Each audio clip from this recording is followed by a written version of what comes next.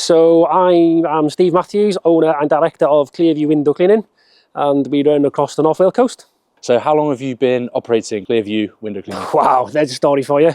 So my dad started the company in 1993 as Paul's Window Cleaning Service. Then I started when I was about 11. Got to the stage on a Saturday where a £5 pocket money just wasn't enough. So I said to my dad, I need more money. And he was like, mate, you got to come out and clean some windows. I was like, nah, I'm only 11, 12. So cut a long story short, I ended up jumping on the round. He'd pick me up from football on a Saturday, work till 4 o'clock in the afternoon, and I'd get £4 for an afternoon's graft. And then as the months and the years progressed, I was climbing ladders. And then I left school when I was 14 to go full-time on the ladder. Not great, I know, but I got to the stage where, one, I was outside working. My dad's my best mate on the whole planet. Wasn't enjoying school. And I was out earning money with my best mate. And yeah, joined the army when I was 16 for a bit. Came home when dad got ill and took over the business in 2007. And then we're here now, picking up another van from you guys. Wicked. I mean, like, I didn't realise that you started so young. Yeah, like, really young. But you know, once I was out there cleaning windows, I knew that this is what I was here for. You know, there's that old saying of if you do a job you enjoy, you'll never work a day in your life. And honestly, if my dad was here now, he'd tell you, I have never, ever said, oh, I've got to go to work today. I literally bounce to my job every morning. It's what I love it. It's what I've always wanted to do. And I knew from that young age, this is me. This is what I want to do. And then obviously with the invention of all this kit, it made it 10 times better again, which was great. That's interesting, actually. So, like, what would you say was, for you, like, what was the biggest difference then, you know, switching from traditional methods to pure water, that kind of thing? So it was a bit of a crazy transition, to be honest, because where we are in the North Wales coast, we're like 30 years behind the times compared to the south. So we'd seen there was a company who had a DI tank in a van, and it wasn't any quality. I think it was a homemade jobby. And I looked at it and I thought, wow, that's cool. And then my dad's health, because he'd had a couple of heart attacks. I thought, wow, you know, I could stop doing all the tops here if we invested in a reach and wash system. And then I was just saying to Ruben, we bought a second-hand old Pro 3 in about 2006, I think it was. And then we came down here and got it fitted, and then we just progressed buying better machines and stuff. So there was a big difference. We were getting through our work so much quicker. We were getting to Thursday and going, ooh, we've got no more work to do now. So then we started upselling the gutter cleaning and the fascia cleaning, and then cladding cleaning came in. Yeah, and it just started getting faster. You were getting through your work quicker. And back then it was seen as like something really new, and people were like, oh, wow, what are you doing? Oh, well, we're cleaning the windows in a new way. We use no chemicals, and people just started buying into it, and it just kind of snowballed. Yeah.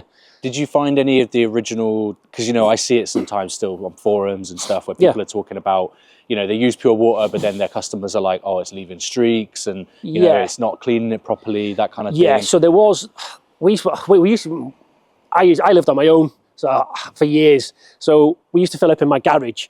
And then me and my dad had a bit of a thing. My landing window was the most cleaned window in North Wales, because we just tested everything on this one window. It must have been cleaned 1 million times. So it was a case of just, you know how to clean a window. You've been on the trad ladders and stuff for donkey's years. You know what a window needs to be clean. But it was judging vents. First time cleans were difficult because there was a bit of a thing in the market back then. There was no Facebook, there was no iPhones and stuff around. So it was all, there was like a forum, and it was like, oh, you have to have 3 cleans before the windows will come up to standard. And I never really bought into that. It's like, well, you're cleaning windows, like, you know. So it was in our minds, oh, it's okay, it'll take 3 cleans. So like, oh yeah, okay, no worries. And then, no, mistakes happen, you're learning new tools. Sometimes the water wasn't quite on the money. And just a learning process and education, really. Educate yourself. And if you get a problem, attack it head on, right? It's more often operator error than anything else. You know, it is. Like the machines and the systems are great, you know, and the water's, just make sure your water's always clean. Like we get a lot of it up our end. A lot of lads like to jib themselves on the DI side of it, polishing the water off. They'll just come out of the membrane at 0.3, 0.4. It's not good enough, is it? It needs to be 0, 0, 0. Yeah. Yeah, so it was an easy transition, I think, if you put the graft in. Some people get lazy with it, don't they? Yeah. Yeah. So have you ever, like you were saying, you've got a Pro 3 when you were like first starting out in pure water power systems. Like have you ever used any other systems in that nature? No. We had a homemade trolley for a while. My dad's an engineer, a fitter by trade. So once I showed him the Ionic catalogue that came through, I think it was about 2003, 2004, we botched a machine because we didn't want to go spending thousands and thousands and it being rubbish. So we're like, right, I'll make one and see what it's like. And then we quickly knew then, right, we needed a bigger one. We had a bigger van. We needed more water. So we saw a Pro 3 on eBay for, I think it was Shrewsbury. We bought a Pro 3, dirt cheap. It wasn't in the best of condition, but guys here sorted it out. And then it was right, we need a 600 litre now. And then we needed a hot thermo pure. So everything's rolled on. Yeah. So, yeah. So how many systems have you got on the road now then? This new one that I'm going to drive away today is going to be van number 6 with reach and wash system number 6, an Ionic proper machine. No gimmicks, the proper machines. So what does that mean to you then as a business owner, having like, you know, the best equipment, having stuff that's going to work for you, like, and your employees, like, what does that mean for you? Safety, the first and foremost is safety. You hear so many horror stories of lads going out with ratchet strap tanks in vans and stuff. I really couldn't sleep at night. If my lads are out at work now, back in North Wales, they're all out on the road, cleaning windows, and they've got safe systems fitted in their vans. You know, you could be the safest driver on the planet, but someone can drive into the back here. First and foremost, it's safety. And the systems very rarely let you down. When they do, one phone call, Patrick tells me what to do, they get fixed. Because it is a long way to go. Like, I've got about 5.5 hours to drive home now. To come down and get a hose lock connector fitted for 5 hours, it's a long time, isn't it? So the aftercare, I've been first dealt with Ruben in, I would say it's probably about 2005, 2004, I think, when we got that. We did have the Pro 3 ratchet strap for a while. Then we saw the crash test video. It might have been YouTube back then, I think. And we were like, right, we've got to get this bolted in, you know, like, you remove the danger of ladders, why have a dangerous tank in your van? So yeah, safety more than anything. And the quality. Quality. Costs a bit more, but obviously you can't go into a Ferrari garage with a budget for a Ford Fiesta and drive a car away. So I got to clip that. Sorry. No, that's good. As in, like, that's going to be I'll use that as a headline. Yeah, it's true, isn't it? You know, like, you cannot go into a Ferrari garage and expect to drive a car away with a budget for a Ford Fiesta. So, and it's a relationship as well. I've built up a cracking relationship with Ruben and Patrick over the years, and they've been brilliant with me. Really have. Yeah. Awesome. Yeah. So I guess something that's just popped into my head is like you're running a business now in 2025 and you've been running it for the last 20, 25 years, that kind of thing, and with your dad before that as well. Yeah. Like, what challenges are you now facing that, say, you wouldn't have faced 10 years ago in terms of competition, more people entering the market, like, you know, there's social media in there, there's the internet, there's all kinds of things. You've got cost of living crisis for your customers, that kind of thing. Like to touch on any of those that you want to touch on right now, like, there's how do you tackle loads of variables, isn't there? The biggest one is finding reliable, responsible, respectful staff. I'm not going to shy away from it. It's hard. I've got a cracking team now, but I've had some plonkers over the last couple of years. They think it's easy. It's not an easy job. It's a demanding job, especially in February when it's 5 degrees, and where we live, it's always windy. So you've got to manage the wind. Competitors-wise, we all generally get on really well. We sell water because we've got a static Ionix V4S in our unit. We sell water to quite a few local window cleaners. Everyone gets on really well. There's not really any, there's that old turf wars thing, isn't there? That doesn't really go on at our end, to be honest. What else did you say? I guess, like, you know, like cost of living, that kind of Yeah. thing? Like customers We've maybe been choosing really good. to drop these services? We've been really lucky. We've just raised our prices literally last week, and we've lost under 10 jobs. Everyone's come back saying, yeah, you do a fantastic job. We understand business is hard. Taxes are going up. It's difficult. And anyone that's running even one van, it's difficult, let alone multiple vans and staff. Yeah, everyone's been really good. They understand you've got kids to feed, you're paying staff, you've got rent, mortgages to pay. We've had, it's been okay, you know. It's been, yeah, pleasantly surprised anyway. Yeah. I guess what would you then say, because I keep up to date as much as I can with forums and everything. Like, you know, I hear people lowering their prices even, or they're starting really low as little as, you know, like £7 a clean, that kind of thing. Like, like what would you say to those guys getting into it, you know, like, and where they're at?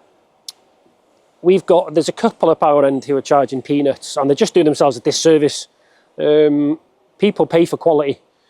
You know, you don't have to buy vans that look like that, but put some uniform on, get your van sign written, get good quality kit. You can charge more. Yeah, it would be lovely if we could all go around charging a £5 for everyone's house, but just that's not how it works. You know, cost of living's going up all the time. You're essentially taking a pay cut, and you know, who wants to do that? It's my advice is just give it the beans, give it everything you can, be regular, turn up when you say you're going to turn up, and do a good job. You know, and people will pay. Again, people pay for Ferraris, don't they? Because they're quality. So, not I don't, but there we are. Maybe one day. Yeah, maybe buying too many of these. I won't keep you much longer. No, that's all good. That's all good. I've just got questions popping into my head. Yeah, no, keep them fine, keep them coming, enjoy it. I guess the next logical, I see a lot of other business owners in your position getting to the point where, you know, they don't want to be doing the actual window cleaning themselves anymore. Yeah, well, this is a funny one.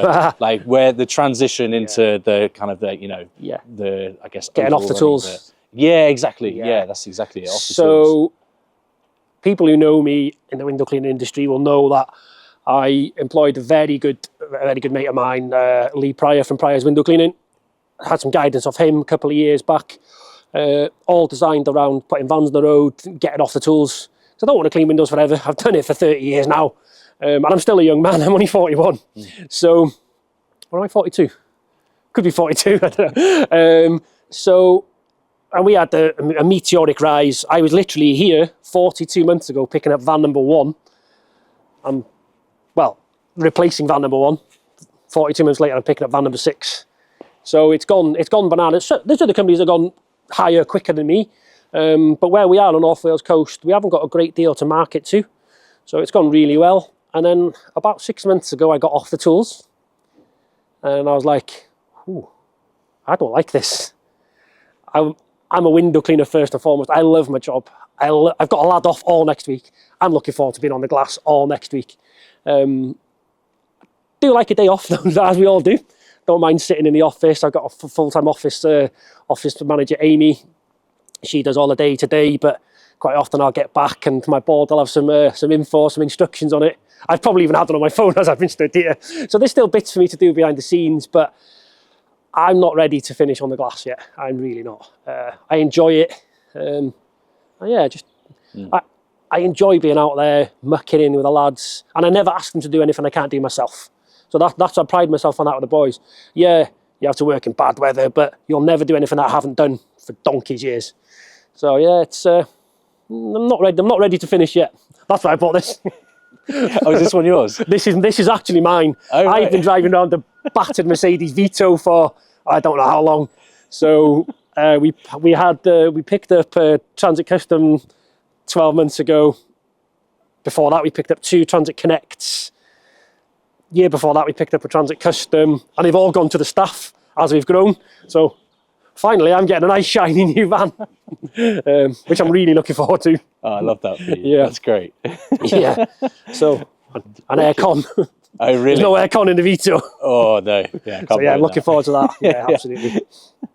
Oh, that's brilliant. Yeah.